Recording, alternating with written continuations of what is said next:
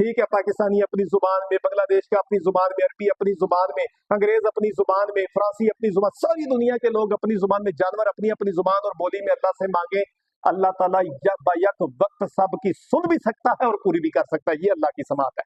کیا ہمارے جیسی ہے؟ تو اللہ تعالیٰ سمیع بصیر تو ہے. تو اس لیے اللہ کی مثال نہیں سکم اس لیے شیئن، اللہ کی مثال دی ہی نہیں جا سکتی، اس کی صفات میں کسی کو اس کا شریک نہیں ٹھہرایا جا سکتا. تو یہ عقیدہ توحید ہے، یاد رکھیں عقیدہ جو ہے ہم نے کہاں سے سیکھنا ہے؟ عقیدہ ہم نے قرآن مجید سے سیکھنا ہے. عقیدہ ہم نے رسول اللہ صلی اللہ علیہ وسلم کی جو ہے وہ احادیث سے سیکھنا ہوتا ہے. اس کے لیے ہم علم حاصل کریں گے تو ہمیں عقیدے کا پتہ چلے گا. تو اس وجہ سے ہمیں یہ باتوں کی سمجھ ہونی چاہیے. یاد رکھیں جس کا عقیدہ ٹھیک ہے وہ جنت میں جائے گا، جس کا عقیدہ ٹھیک نہیں ہے وہ جنت میں نہیں جائے گا. میں کون ہوتا ہوں کہنے والا؟ میری کوئی حیثیت اور اوقات نہیں ہے. اللہ کے رسول صلی اللہ علیہ وسلم نے فرمایا فَإِنَّ اللَّهَ حَرَّمَ عَلَى النَّارِ، اللہ نے اس شخص پہ آگ کو اور اس کو آگ پہ حرام قرار دے دیا ہے.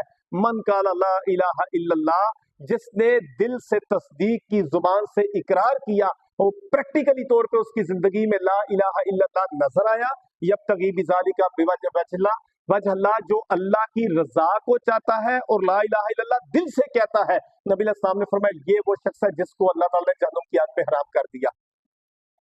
اب اس کا مطلب یہ ہے کہ جو ہے وہ یاد رکھیں بکرے کا اور کتے کا گوشت جمع نہیں ہو سکتا، وہ حرام ہے اور وہ حلال ہے نا. ٹھیک ہے، دنیا کے اندر ہم دیکھتے ہیں جہاں پھول اگتا ہے وہاں پہ کانٹے بھی ساتھ لگے ہوتے ہیں کہ نہیں؟ کئی دفعہ یہ سین آپ نے دیکھا ہوگا، بارش ہو رہی ہے دھوپ بھی نکلی ہوئی ہے، ہوتا ہے کہ نہیں؟ سورج بھی ہے اور بارش بھی نظر آ جاتی ہے. یہ چیزیں ممکن ہے. ٹھیک ہے، پھول کے ساتھ کانٹا ممکن ہے، ٹھیک ہے، بہار کے ساتھ خزاں ممکن ہے، آنسوؤں کے ساتھ مسکراہٹ بھی ممکن ہے. بندہ ہنس رہا ہوتا ہے آنسو نکل آتے ہیں، روتے ہوئے صرف آنسو نہیں نکلتے، بس اوقات ہنستے ہوئے بھی آنسو نکل آتے ہیں.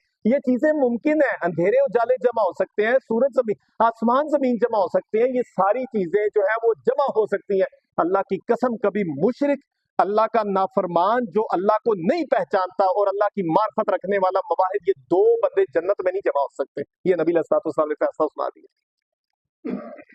اس لیے ہمیں عقیدہ توحید کو سمجھنا ہے، عقیدہ توحید کو سمجھنا ہے. صحیح مسلم میں ایک واقعہ آتا ہے نا کہ اصحاب الاخدود، بس بات ختم کرتا ہوں واقعہ سنا کے. عقیدہ توحید کی سمجھ اللہ تعالیٰ اگر چھوٹے سے بچے کو بھی دے دینا تو وہ بچہ بھی کتنا کام کر جاتا ہے، اس کے عقیدے کا کتنا فائدہ ہوتا ہے. یہ واقعہ چھوٹا سا سن لیں. ایک صورت ہے اس میں اصحاب الاخدود کا واقعہ آتا ہے 30ویں پارے میں. ٹھیک ہے، تو قتل اصحاب الاخدود. اصحاب الاخدود کس کو کہتے ہیں؟ کھائیوں والے. اخدود کہتے ہیں کھائیوں کو، یہ جو زمین میں ٹھیک ہے گڑھے کھودے جاتے ہیں، کھائیاں کھودی جاتی ہیں، اس کو کہتے ہیں. تو اخدود ان کا واقعہ آتا ہے. اس واقعے میں جو ہے نا یہ واقعہ کون سا ہے؟ اس میں ایک بچے کا واقعہ آتا ہے عبداللہ بن تامر نام سے. ٹھیک ہے، عبداللہ بن تامر وہ بچہ تھا. ٹھیک ہے، اس نے کیا کیا؟ ایک بادشاہ تھا، اس نے کیا کیا، اس کے پاس ایک جادوگر تھا جو اس کی سلطنت چلانے میں اس کی مدد کرتا تھا. تو وہ جب مرنے لگا نا، جب جادوگر کو موت قریب آئی یا محسوس ہوا بہت بوڑھا ہو گیا مرنے والا ہوں، اس نے بادشاہ کو کہا کہ مجھے کوئی ایک بچہ دے جو ذہین ترین ہو، جس کو میں اپنا علم جادو سکھا دوں، وہ آپ کی مدد کرے گا. تو اس طرح کر لیں. تو اس نے کہا ٹھیک ہے. پوری سلطنت میں اعلان کروایا بھی جو ذہین بچے جمع کیے جائیں. کچھ بچے جمع کیے گئے، ان میں سے ایک بچہ چنا گیا جو سب سے ذہین اور انٹیلیجنٹ حاضر دماغ تھا، فتین ترین بچہ جو ہے وہ چنا گیا. وہ بچہ عبداللہ بن تامر تھا. ٹھیک ہے، چھوٹا سا بچہ تھا. اب یہ تفسیروں کے اندر لکھا ہے. ٹھیک ہے، یہ واقعہ اس کی تفسیر میں آتا ہے کہ وہ بچہ عبداللہ بن تامر جو ہے انہوں نے کیا کیا، جب اس کو لایا گیا تو بادشاہ نے کہا کہ جادوگر سے تو نے علم سیکھنا ہے.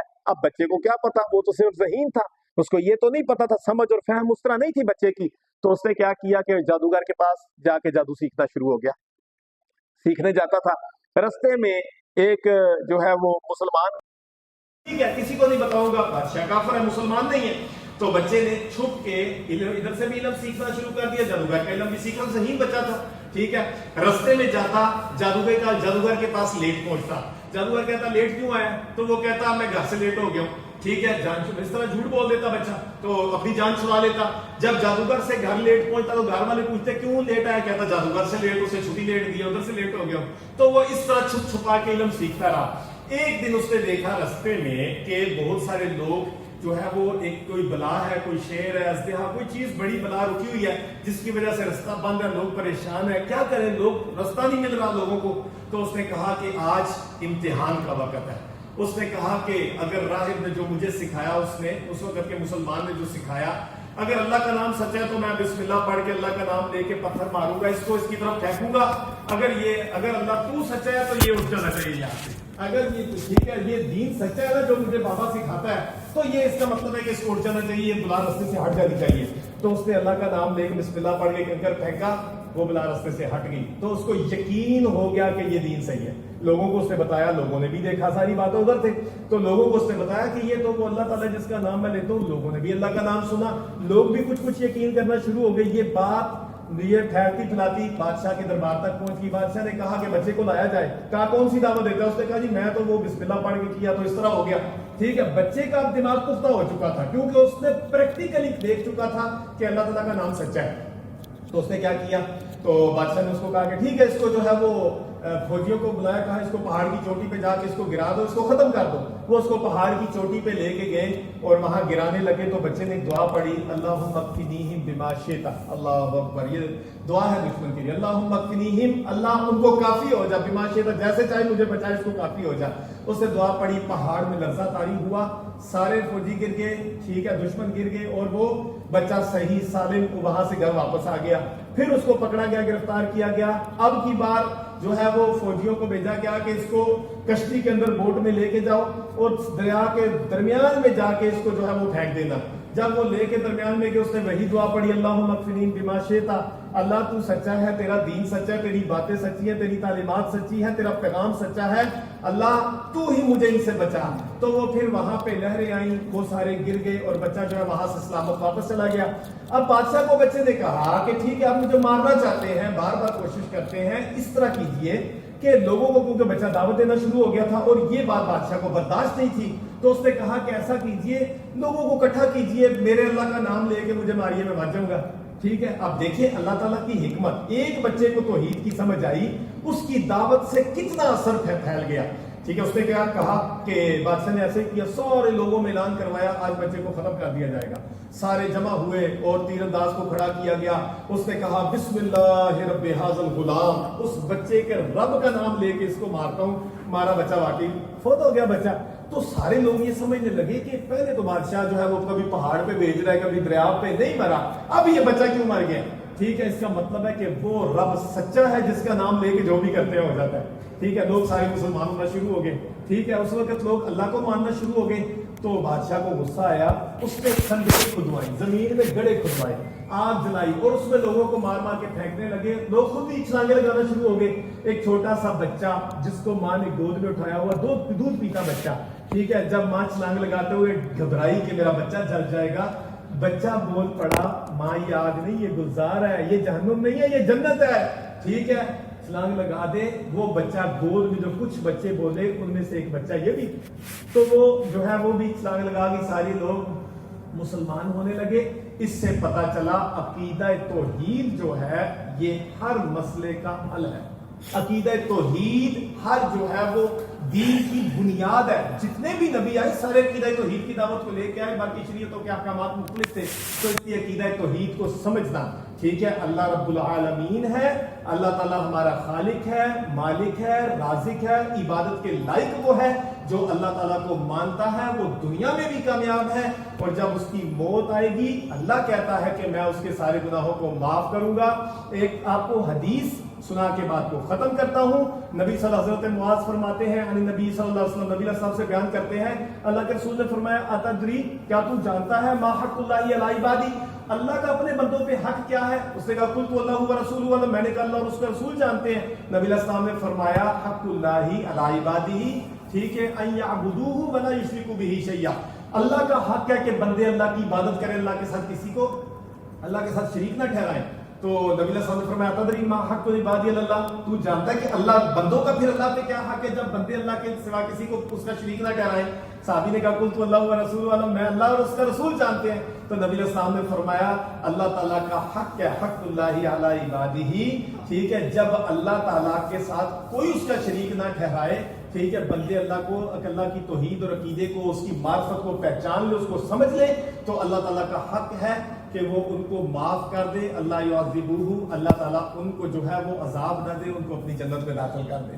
تو اس کا مطلب یہ ہے کہ ہم اگر اللہ کو پہچانتے ہیں تو اللہ کا حق ہے کہ اللہ اپنے بندوں کو جو ہے وہ ہم اللہ کا حق ادا کریں. اللہ کہتا ہے میں اپنے بندوں کا حق ادا کروں گا. ہم حق ادا نہیں کرتے, اللہ اپنا حق ادا کرتا ہے. ٹھیک ہے, یہ ہمارا یقین ہے. اللہ مجھے آپ سب کو عقیدہ توحید کی سمجھ عطا فرمائے. اللہ ہمیں اپنے عقیدوں کو مضبوط کرنے کی توفیق عطا فرمائے. اللہ کی قسم, کھانا کھانے سے, سانس لینے سے زیادہ قیمتی عقیدہ سمجھنا ہے. اللہ مجھے آپ کو سمجھ دے. جو اچھی بات ہوتی ہے وہ صدقہ جاریہ ہوتی ہے, اسے دوسروں تک پہنچانا چاہیے. یہ پیغام لازمی عقیدہ توحید کا پہچانے اور آگے پہنچائیں. اللہ اکبر اللہ اکبر اللہ اکبر لا الہ الا اللہ واللہ اکبر اللہ اکبر وللہ الحمد کلمہ توحید ہے. ٹھیک ہے, ہر مشکل کے وقت نبی علیہ السلام کلمہ توحید کہا کرتے تھے. اللہ مجھے آپ سب کو کلمہ توحید پہ زندہ رکھے, اور جب موت آئے میری زبان سے بھی آپ کی زبان سے بھی کلمہ توحید نکلے, کیونکہ نبی علیہ السلام نے فرمایا من کان آخر کلامہ لا الہ الا اللہ دخل الجنہ. مرتے ہوئے توحید کا کلمہ نکل گیا, بندہ جنت میں داخل ہو جائے گا. اللہ مجھے معاف فرمائے, آپ کو بھی معاف فرمائے. جزاکم اللہ خیر. اقول قولی ھذا استغفر